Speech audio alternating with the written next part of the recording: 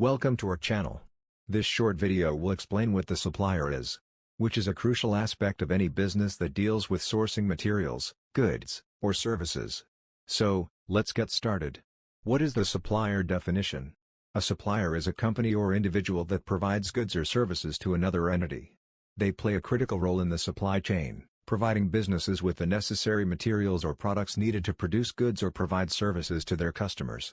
Think of suppliers as the backbone of any business operation. Why are suppliers important? Suppliers are vital for businesses to stay competitive and profitable. They provide businesses with the necessary materials, goods, or services needed to produce high-quality products or services at the right price. A well-managed supplier relationship can ensure that businesses receive the right products or services on time, maintain quality standards and optimize their supply chain. Thanks for watching. Get more at www.suppliersplatform.com.